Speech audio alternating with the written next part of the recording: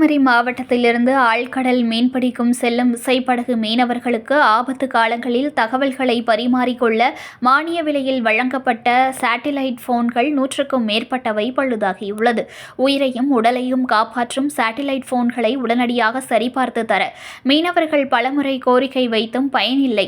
உடனடியாக நடவடிக்கை எடுக்க மீனவர்கள் குறைதீர்க்கும் கூட்டத்தில் மீனவர்கள் அரசுக்கு வேண்டுகோள் விடுத்துள்ளனர்.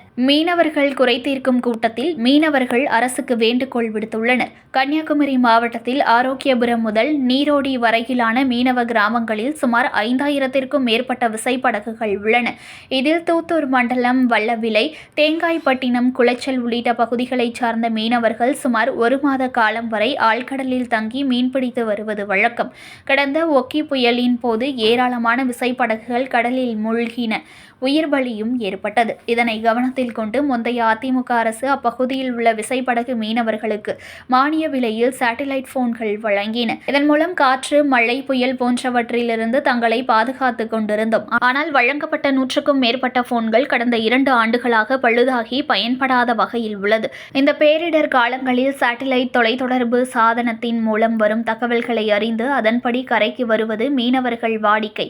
ஆனால் தற்போது இத்தகைய தொலைத்தொடர்பு சாதனம் பழுதானதால் அவர்கள் அவசர காலங்களில் கரை சேர முடியாமல் தவித்து வருகின்றனர். ஆகவே மீனவர்களின் உயிரையும் உடமையும் கருத்தில் கொண்டு வழங்கப்பட்ட தொலைத்தொடர்பு சாதனத்தினை உடனடியாக பழுது நீக்கி தர சர்வீஸ் சென்டர்கள் அமைக்க வேண்டும் என்று மீனவர்கள் 2 ஆண்டுகளாக மீன்வளத்துறை அதிகாரிகளுக்கு தெரிவித்த பின்னரும் அரசோ மீன்வளத்துறையோ நடவடிக்கையும் எடுக்கவில்லை எனவும் அவர்கள் தெரிவித்தனர். ஆகவே பழுதான ஒரு சில சேட்டிலைட்களுடன் இன்று மீனவர் குறைதீர்க்கும் கூட்டத்திற்கு வந்த மீனவர்கள் தற்போது ஏற்பட்ட மழை மற்றும் புயல் காலங்களில் கரை ஏறுவதில் பல விசைப்படகுகள் இன்னும் கரை திரும்பவில்லை. ஆபத்து காலங்களில் பெரும் இடர்பு ஏற்பட வாய்ப்புள்ளது. அரசு நடவடிக்கை எடுக்க வேண்டும் என கோரிக்கை வைத்தனர். வல்லவளை, கன்னியாகுமரி மாவட்டம் வல்லவளை மீனவ கிராமத்தில இருந்து சென்ட் மேரிஸ் போட் யூனியன் சார்பில் இருந்து வந்திருக்கோம். எங்கள் யூனியனில் ஒரு 60 போட்டு இருக்குது. இந்த 60 போட்லையுமே ஓகி புயலுக்கு அப்புறமா எங்களுக்கு சேட்டலைட் ஃபோனு அதிமுக ஆட்சி காலத்தில் கடைசி கட்டத்தில் எங்களுக்கு தந்திருந்தாங்க. இந்த ஃபோன் தந்த பிறகு எங்களுக்கு பெரிய ஒரு வரப்பிரசாதமாக இருந்தது. கடலில் எந்த புயல் வந்தாலும் தகவல் கொடுத்து நாங்கள் கரையை வாரது மாதிரி இது எங்களுக்கு பெரிய உதவியாக அமைஞ்சது. தொடர்ந்து இதை நாங்கள் கண்டினியூ பண்ணுறதுக்கு முடியலை. இப்போ ஏன்னா இது இப்போ நிறைய கம்ப்ளைண்ட் ஆகிருக்கு.